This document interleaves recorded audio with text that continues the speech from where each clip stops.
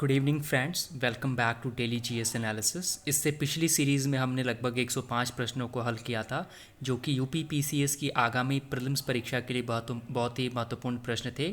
आइए आगे के बचे हुए प्रश्नों को हम देख लेते हैं एक बार। सबसे पहले यहाँ पे प्रश्न दिया गया है, किस संस्था ने हर पेमेंट डिजिटल मिशन शुरू किया है?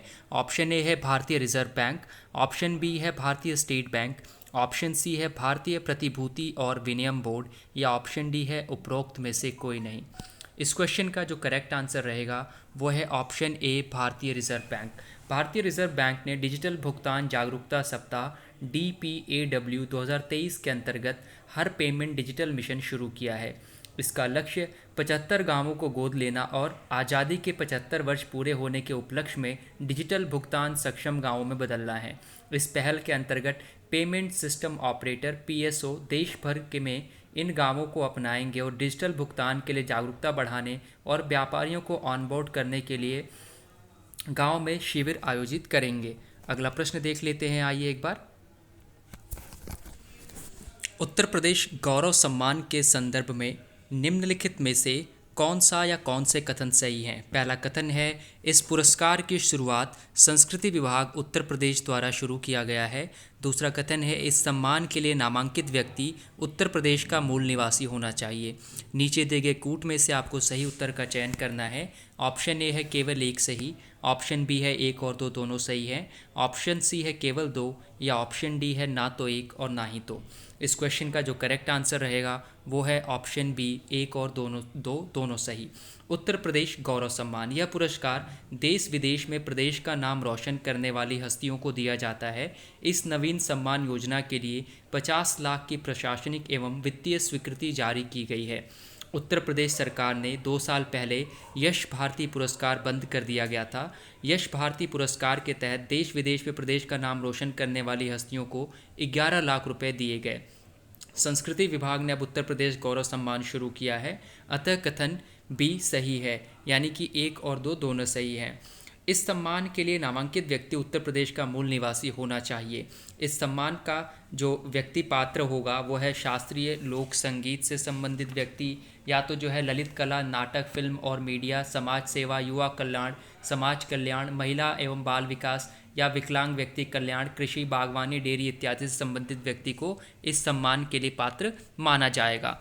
अगला प्रश्न है, मिलिट्री में आर्टिफिशियल इंटेलिजेंस का जिम्मेदार उपयोग यानी REAIM 2023 कहाँ आयोजित किया गया था?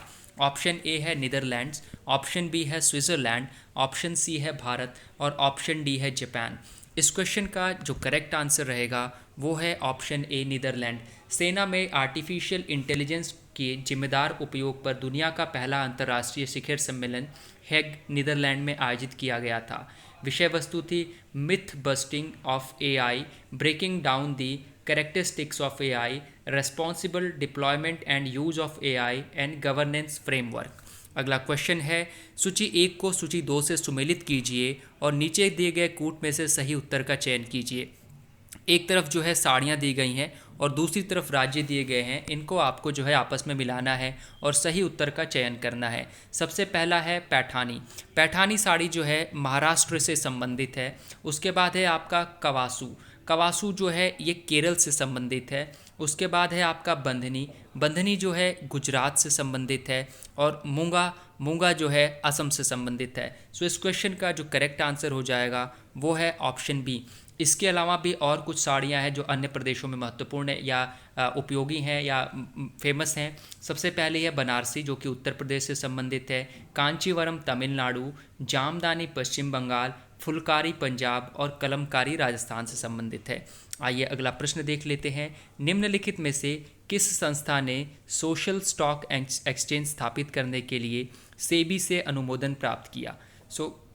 सबसे पहला ऑप्शन है national stock exchange, option B है Bombay stock exchange, option C है कलकत्ता स्टॉक एक्सचेंज, या ऑप्शन डी है इंडियन कमोडिटी एक्सचेंज लिमिटेड। इस क्वेश्चन का जो करेक्ट आंसर रहेगा वो है option A national stock exchange. National stock exchange ने जो है सोशल स्टॉक एक्सचेंज स्थापित करने के लिए सेबी से अंतिम मंजूरी प्राप्त करी है। एसएसई यानी कि जो है सोशल स्टॉक एक्सचेंज मौजूदा स्टॉक एक्सचेंज के भीतर एक अलग खंड के रूप में कार्य करेगा और सामाजिक उद्यमों को अपने तंत्र के माध्यम से जनता से धन जुटाने में मदद करेगा। यह उद्यमों के लिए उनकी सामाजिक पहलों के लिए वित्त की तलाश करने, दृश्यता हासिल करने और फंड जुटाने और उपयोग के बारे में बढ़ी हुई पारदर्शिता प्रदान करने के लिए एक माध्यम के रूप में कार्य करेगा। अगला प्रश्न है, उत्तर प्रदेश सरकार निम्नलिखित में से किस शहर में ग्रीनफील्ड टाउनशिप स्थापित करने जा रही है? ऑप्शन ए है लखनऊ, ऑप्शन बी है आगरा, ऑप्शन बी है प्रयागराज, ऑप्शन सी है अयोध्या और ऑप्शन डी है कुशीनगर। लखनऊ, प्रयागराज, अयोध्या या कुशीनगर में से कौन सा करेक्ट आंसर रहेगा? इस क्वेश्चन का जो करेक्ट आंसर है वो है option C Ayodhya. Greenfield township, Uttar Pradesh सरकार गुजरात के साबरमती की तर्ज पर अयोध्या में ग्रीनफील्ड टाउनशिप स्थापित करने जा रही है। पहले चरण में अयोध्या में 583 एकड़ क्षेत्र में ग्रीनफील्ड टाउनशिप स्थापित करने की योजना है। दूसरे व तीसरे चरण में 855 एकड़ जमीन का अधिग्रहण किया जाएगा। इसके अलावा टाउनशिप के आसपास व्यावसायिक क्षेत्र और पार्क की व्यवस्था की जाएगी। मालूम हो कि अहमदाबाद गिफ्ट सिटी के आधार पर वैदिक सिटी प्रोजेक्ट के नाम से इसका जो है मानक तय किया जाएगा। अगला प्रश्न है, मार्कोनी पुरस्कार 2023 किसने जीता? ऑप्शन ए है हरि बालकृष्णन, ऑप्शन बी है राज रेड्डी, ऑप्शन सी है सुधा मूर्ति या ऑप्शन डी है सुभाष काक। इस क्वेश्चन का जो करेक्ट आंसर रहेगा वो है ऑप्शन ए हरि बालकृष्णन।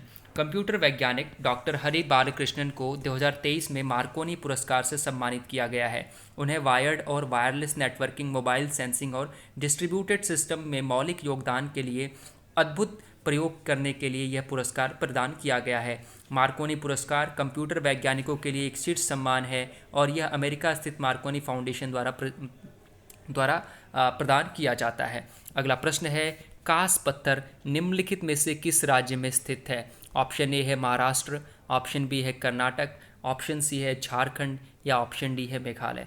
इस क्वेश्चन का जो करेक्ट आंसर रहेगा वो है महाराष्ट्र। कास पत्थर यह महाराष्ट्र के सतारा जिले में ज्वालामुखीय चट्टानों से बना एक पठार है और पश्चिम घाट में जीवमंडल के अंतर्गत आता है। अगला प्रश्न देख लेते हैं एक बार।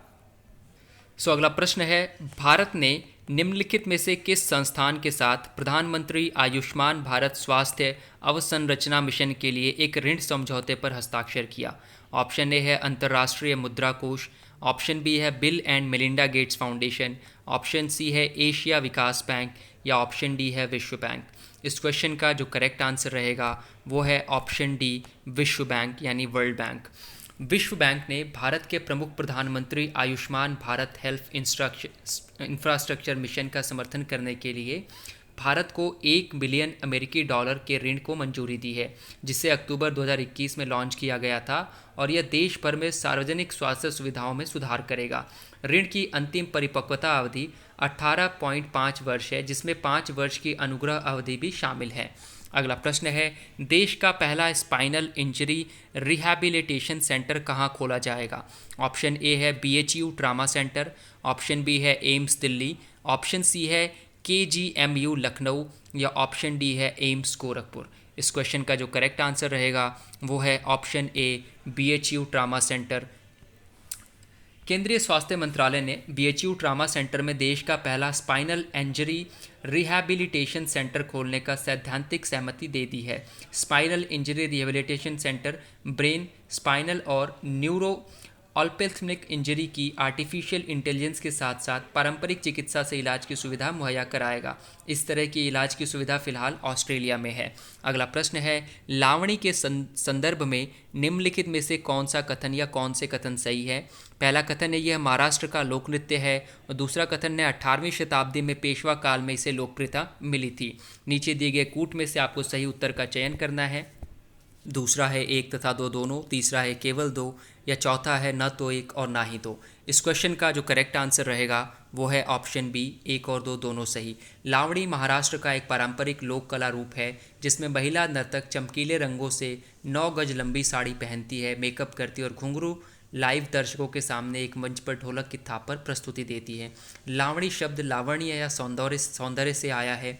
18वीं शताब्दी में पेशवा काल में इसमें लोकप्रियता हासिल की। परंपरागत रूप से प्रदर्शन राजाओं या सामंतों के सामने और युद्ध विराम के दौरान थके हुए सैनिकों के मनोरंजन के लिए आयोजित किए जाते थे। अगला प्रश्न है, डॉप्सन यूनिट का प्रयोग सांद्रता मापने के लिए किया जाता है। आपको बताना है किस चीज़ की सांद्रता नापने के लिए डॉप्सन यूनिट का प्रयोग होता है। ऑप्शन ए है नाइट्रोजन, ऑप्शन बी है ऑक्सीजन, ऑप्शन सी है ओजोन या ऑप्शन डी है मीथेन। सो डॉप्सन यूनिट का जो प्रयोग होता है ये जो है आपका ओजोन की सांद्रता मापने के लिए किया जाता है। तो करेक्ट आंसर रहेगा ऑप्शन सी।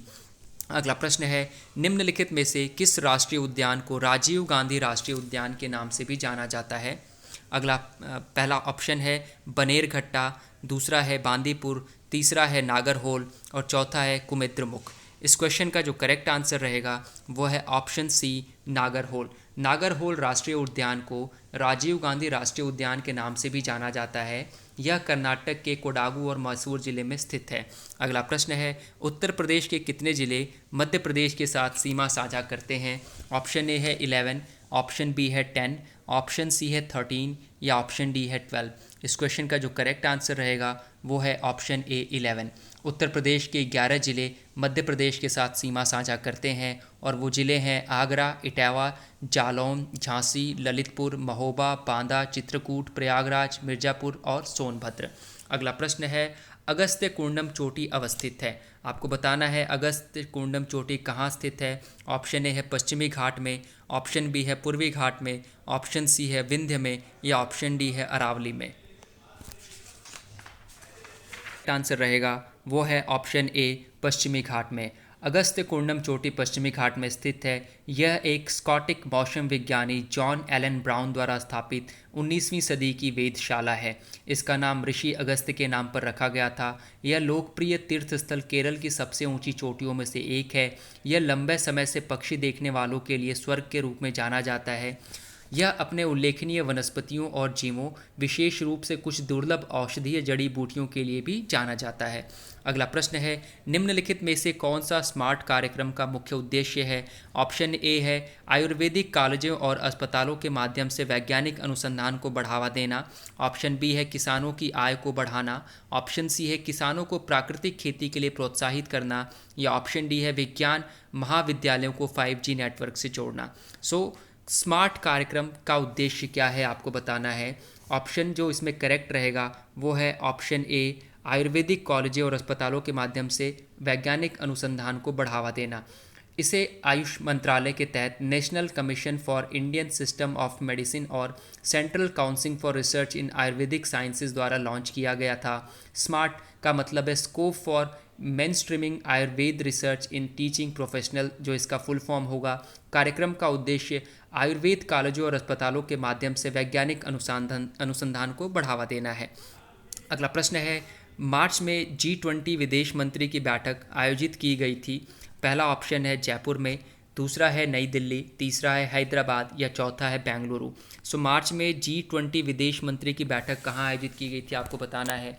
इस क्वेश्चन का जो करेक्ट आंसर रहेगा वो है ऑप्शन बी नई दिल्ली। भारत की अध्यक्षता में 2 दिवसीय G20 विदेश मंत्रियों की बैठक नई दिल्ली में आयोजित की गई थी। विदेश मंत्री डॉक्टर एस जयशंकर ने 2 सत्रों की अध्यक्षता की। पहला सत्र बहुपक्षवाद और खाद्य तथा ऊर्जा से संबंधित मुद्दों पर केंद्रित था तथा दूसरा सत्र आतंकवाद और नशीले पदार्थों, वैश्विक कौशल मानचित्रण सहित नए और उभरते खतरों पर ध्यान केंद्रित करेगा और वैश्विक प्रतिभा पूल पर ध्यान केंद्रित करेगा। अगला प्रश्न है, उत्तर प्रदेश के निम्नलिखित में से कौन से शहर को चूड़ियों का शहर कहा जाता है। ऑप्शन ए है फिरोज़ाबाद, ऑप्शन बी है बागपत, ऑप्शन सी है मेरठ या ऑप्शन डी है बुलंदशहर। चूड़ियों का शहर कौन सा है आपको बताना है। सिंपल सा क्वेश्चन है। इस क्वेश्चन का जो करेक्ट आंसर रहेगा वो है फिरोज़ाबाद। फिरोज़ाबाद को भारत की कांच की नगरी और चूड़ियों का शहर कहा जाता है।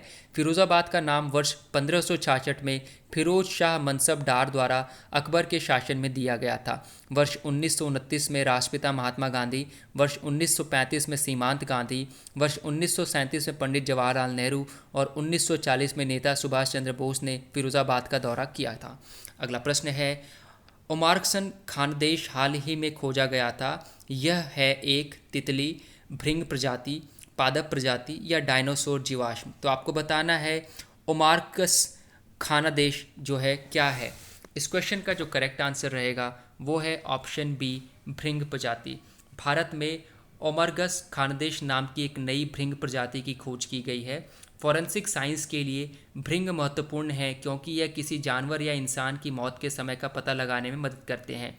यह नेक्रोफेगस मृत या सड़े हुए जानवरों का मांस को खाता है और इसलिए इसे केराटिन बीटल या भृंग भी कहा जाता है।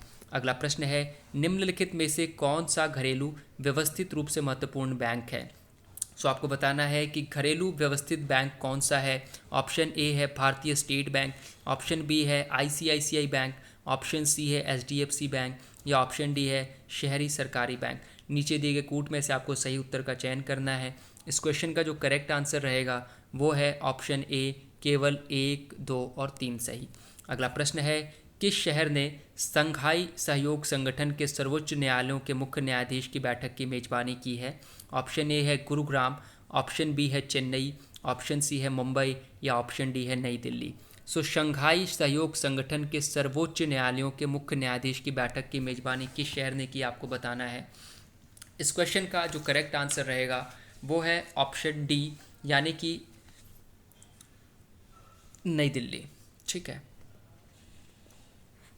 नई दिल्ली में जो है संघाई सहयोग संगठन के सर्वोच्च न्यायालयों की जो है मेजबानी हुई है, बैठक मुख्य न्यायाधीशों की बैठक हुई है।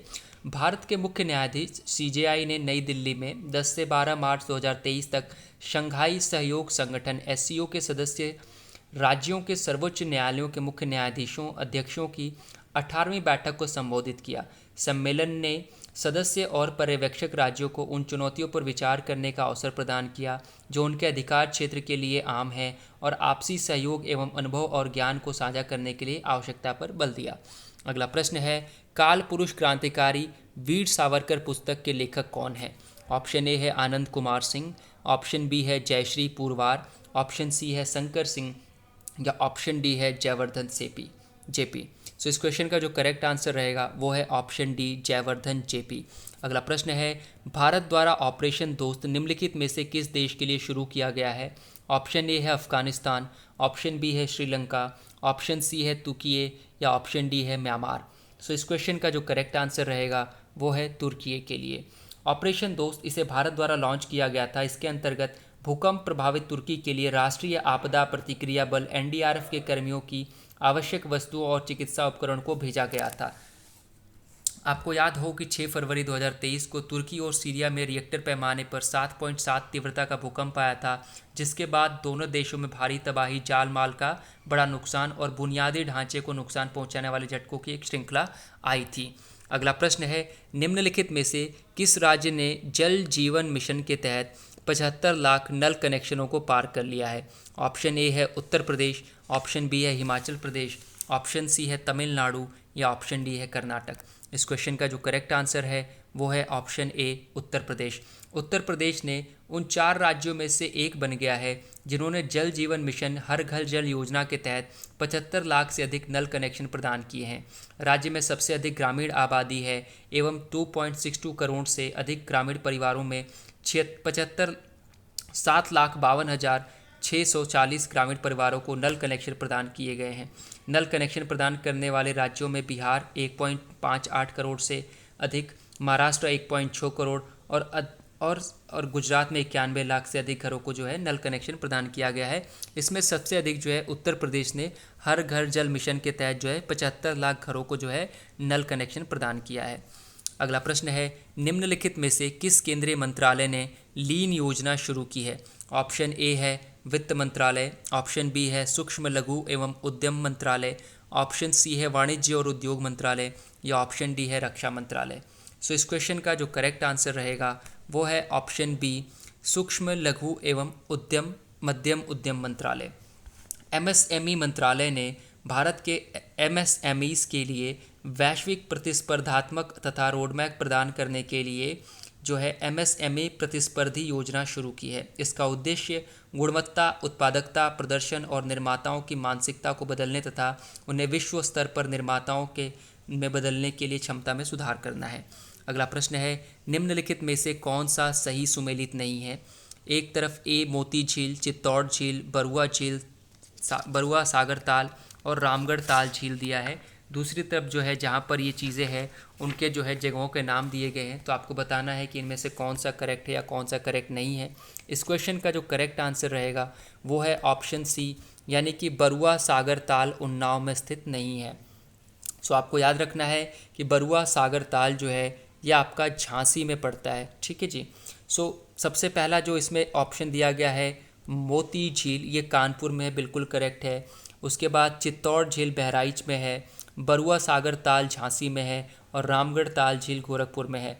इसके अलावा और भी झीलें हैं जो उत्तर प्रदेश में पड़ती हैं, जैसे कि बेलासार झील, बेलाताल महुआ, चित्तौरा झील बहराइच, गोकुल बहराज गोकुल मथुरा, किश्म झील आगरा, मोती झील कानपुर, राजा का ताल महोबा, रामगढ़ ताल गोरखपुर और शेखा झील अलीगढ़ में है।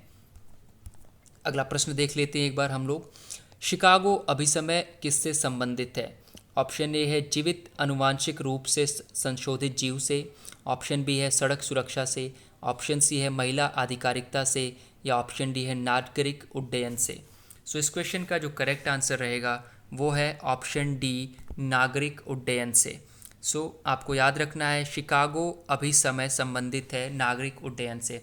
अंतर्राष्ट्रीय नागरिक उड्डयन संगठन ICAO यह एक संयुक्त राष्ट्र UN की विशेष एजेंसी है जिसे वर्ष 1944 में स्थापित किया गया था, जिसने शांतिपूर्ण वैश्विक हवाई नेविगेशन के लिए मानकों और प्रक्रियाओं की नींव रखी थी। सो इस क्वेश्चन का करेक्ट आंसर रहेगा नागरिक उड्डयन। अगला प्रश्न देख लेते हैं एक बार हम लोग। लर्निंग सेंटर उत्तर प्रदेश में कहाँ स्थापित होंगे? ऑप्शन ए है रामपुर मंडल, ऑप्शन बी है लखनऊ मंडल, ऑप्शन सी है फिरोज़ाबाद मंडल या ऑप्शन डी है बरेली मंडल। सो इस क्वेश्चन का जो करेक्ट आंसर हो जाएगा वो है ऑप्शन डी, बरेली मंडल में। उत्तर प्रदेश के पंचायती राज विभाग ने घोषणा की है कि राज्य के बरेली मंडल में 5 शिक्षण केंद्र स्थापित किए जाएंगे, जिसमें ग्राम स्तर पर ग्रामीणों को प्रशिक्षण दिया जाएगा। ग्रामीणों को आर्थिक स्तर पर मजबूत करने के लिए बरेली मंडल के 4 जिलों के 5 मॉडल पंचायत आवासों को शिक्षा केंद्र बनाया जा रहा है। इसके तहत बरेली, पीलीभीत व बदायूं में एक एक तथा शाहजहांपुर की 2 ग्राम पंचायतों में एक एक शिक्षा केंद्र स्थापित किए जाएंगे। अगला प्रश्न है नस्लीय भेदभाव के उन्मूलन के लिए अंतर्राष्ट्रीय दिवस मनाया जाता है। ऑप्शन ए है 21 मार्च, ऑप्शन बी है 21 अप्रैल, ऑप्शन सी है 21 फरवरी या ऑप्शन डी है 21 जनवरी। इस क्वेश्चन का जो करेक्ट आंसर रहेगा वो है ऑप्शन ए, 21 मार्च। 26 अक्टूबर 1966 को अपनाए गए संयुक्त राष्ट्र महासभा के प्रस्ताव ने 21 मार्च को प्रतिवर्ष नस्लीय भेदभाव के उन्मूलन के लिए अंतर्राष्ट्रीय दिवस के रूप में मनाने की घोषणा की है। नस्लीय भेदभाव के उन्मूलन के लिए अंतर्राष्ट्रीय दिवस 2023 की थीम नस्लवाद और नस्लीय भेदभाव का मुकाबला करने के लिए अति आवश्यकता पर केंद्रित है। अगला प्रश्न है उत्तर प्रदेश की भौगोलिक स्थिति के संबंध में निम्नलिखित कथनों पर विचार कीजिए। पहला है तराई हल्की ढलान वाला क्षेत्र है जहां धाराएं पारगम्य तलछट में गायब हो जाती हैं। दूसरा है भाबर क्षेत्र दलदल, घने जंगल और घास के मैदान से बना हुआ है। तीसरा है विंध्य श्रृंखला दक्कन प्रायद्वीप की अग्रभूमि का एक हिस्सा है। चौथा है बांगर प्राचीन जलोढ़ मैदान है। इस क्वेश्चन में नीचे दिए गए कूट में से आपको सही उत्तर का चयन करना है। इस क्वेश्चन का जो करेक्ट आंसर रहेगा वो है ऑप्शन डी, 3 और 4 सही है। यानी कि विंध्य श्रृंखला दक्कन प्रायद्वीप की अग्रभूमि का एक हिस्सा है, बांगर प्राचीन जलोढ़ मैदान है। अगला प्रश्न है केंद्रीय बजट 2023-24 में मिष्टी योजना की घोषणा की गई, यह संबंधित है ऑप्शन ए मैंग्रोव वृक्षारोपण से, ऑप्शन बी है चंदन संरक्षण से, ऑप्शन सी है बांस रोपण से या ऑप्शन डी है उपरोक्त में से कोई नहीं। इस क्वेश्चन का जो करेक्ट आंसर रहेगा वो है ऑप्शन ए मैंग्रोव वृक्षारोपण से। केंद्रीय बजट 2023-24 में समुद्र तट के किनारे और नमक की भूमि पर मैंग्रोव वृक्षारोपण के लिए एक नई पहल की घोषणा की गई है जिसका नाम मिस्टी है। मिस्टी का फुल फॉर्म है mangrove initiative for shoreline habitats and tangible income. ठीक है। अगला प्रश्न है उत्तर प्रदेश की प्रथम खेल नीति 2023 के संदर्भ में निम्नलिखित में से कौन सा या कौन से कथन सही है? पहला कथन है इसके तहत हर स्कूल में खेल कूद, शारीरिक शिक्षा या योग के लिए 40 मिनट का समय निर्धारित किया जाएगा। दूसरा कथन है सरकार खिलाड़ियों की आर्थिक मदद भी करेगी। नीचे दिए गए कूट में से आपको सही उत्तर का चयन करना है। ऑप्शन ए है केवल एक, ऑप्शन बी है एक और दो दोनों, ऑप्शन सी है केवल दो, या ऑप्शन डी है ना तो एक और ना ही दो। इस क्वेश्चन का जो करेक्ट आंसर है वो है ऑप्शन बी, एक और दो दोनों सही है। उनिंग महोत्सव, सियांग उनिंग महोत्सव भारत के किस राज्य में मनाया जाता है? ऑप्शन ए है अरुणाचल प्रदेश, ऑप्शन बी है असम, ऑप्शन सी है नागालैंड, या ऑप्शन डी है त्रिपुरा। सो आपको बताना है कि सियांग उनिंग फेस्टिवल कहाँ पे मनाया जाता है। इस क्वेश्चन का जो करेक्ट आंसर है वो है ऑप्शन ए, अरुणाचल प्रदेश। सियान उनिंग फेस्टिवल बोलेंग अरुणाचल प्रदेश के आदि समुदाय का एक महत्वपूर्ण त्यौहार है। यह त्यौहार आदि समुदाय के नए साल की शुरुआत, खेती के मौसम, वसंत ऋतु के आगमन के साथ साथ समुदाय के बीच बंधन को मजबूत करने के लिए मनाया जाता है। अगला प्रश्न है, धमेक स्तूप के संदर्भ में निम्नलिखित में से कौन सा या कौन से कथन सही हैं? पहला कथन है यह कुशीनगर में स्थित एक विशाल स्तूप है।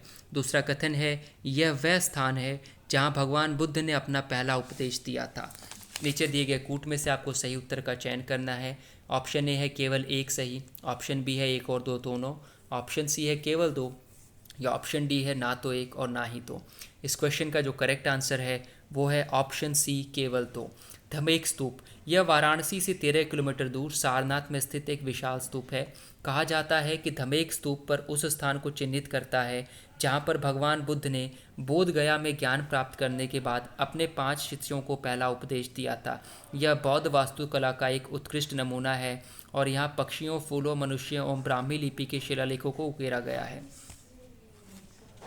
हड़ताल का अधिकार, ऑप्शन ए है मौलिक अधिकार है, ऑप्शन बी है कानूनी अधिकार है, ऑप्शन सी है मौलिक कर्तव्य है, या ऑप्शन डी है उपयुक्त में से कोई नहीं। सो इस क्वेश्चन का जो करेक्ट आंसर रहेगा वो है ऑप्शन बी, कानूनी अधिकार।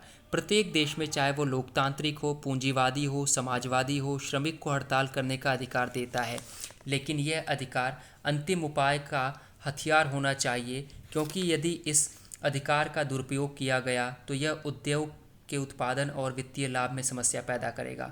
भारत में हड़ताल का अधिकार एक कानूनी अधिकार है एवं इस अधिकार के साथ औद्योगिक विवाद अधिनियम 1947 में वैधानिक प्रतिबंध भी जुड़ा हुआ है, जबकि विरोध का अधिकार भारत के संविधान के अनुच्छेद 19 के तहत मौलिक अधिकार है।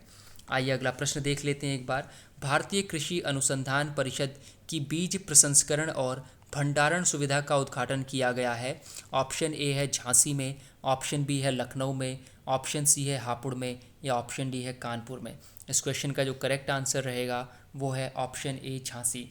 भारतीय कृषि अनुसंधान परिषद ICAR की बीज प्रसंस्करण और भंडारण सुविधा का उद्घाटन भारतीय घास के मैदान और घास के मैदान अनुसंधान संस्थान झांसी में किया गया है।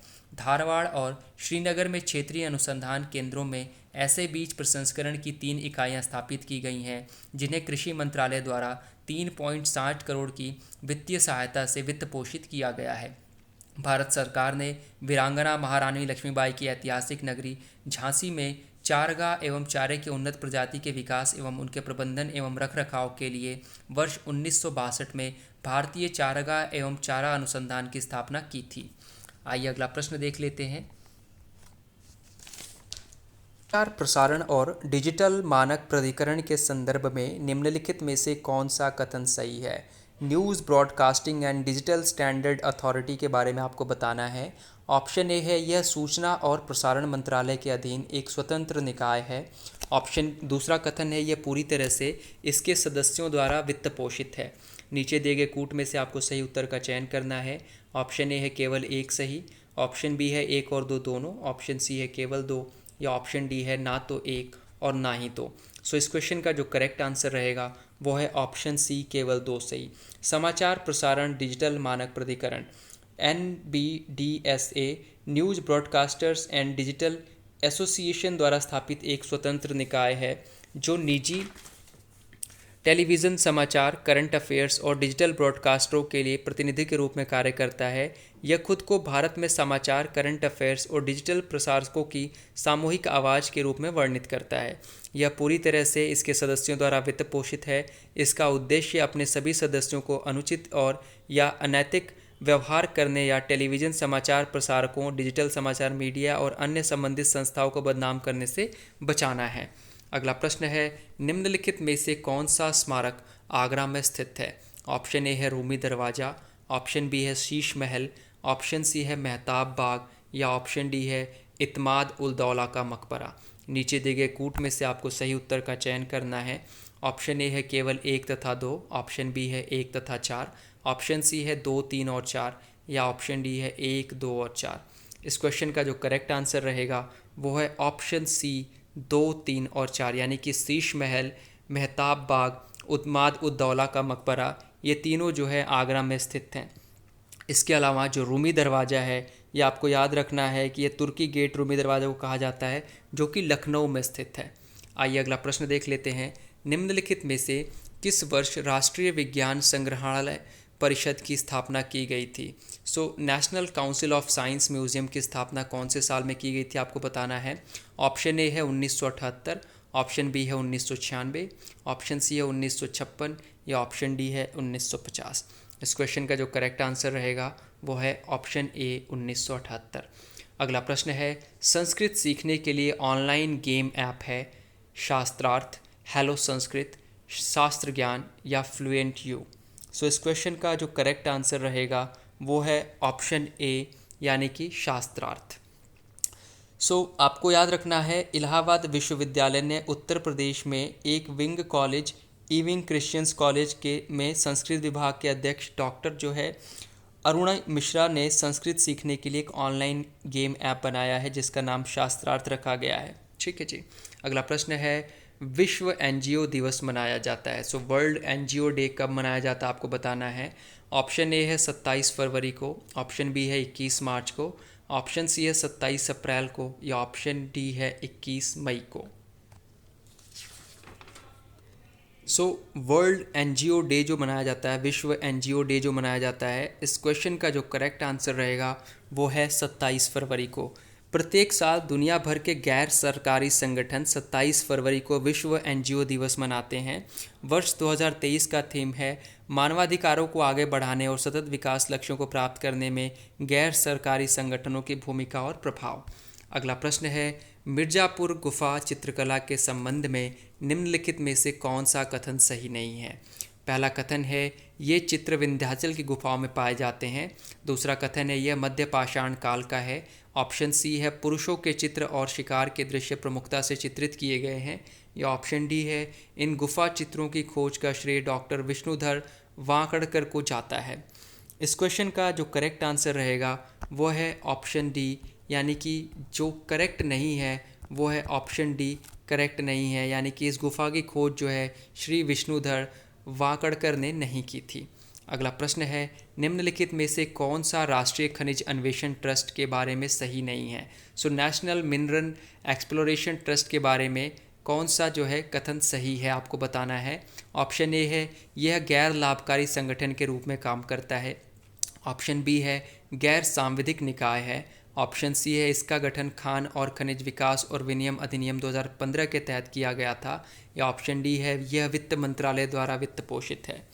आपको बताना है राष्ट्रीय खनिज अन्वेषण ट्रस्ट के बारे में कौन सा कथन सही है। इस क्वेश्चन का जो करेक्ट आंसर रहेगा वो है ऑप्शन सी, यानी कि इसका गठन खान और खनिज विकास और विनियम अधिनियम 2015 के तहत किया गया था। NMET एक वैधानिक निकाय है। इसकी स्थापना भारत सरकार द्वारा खान और खनिज अधिनियम 2015 के तहत देश में खनिज अन्वेषण में तेजी लाने के लिए किया गया था। अगला प्रश्न है, छतर मंजिल भवन के संबंध में निम्नलिखित में से कौन सा कथन सही है?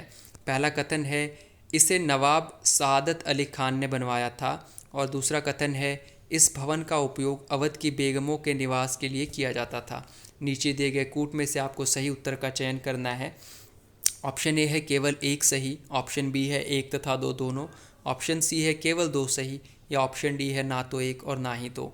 इस क्वेश्चन का जो करेक्ट आंसर रहेगा वो है ऑप्शन बी, एक और दो दोनों सही।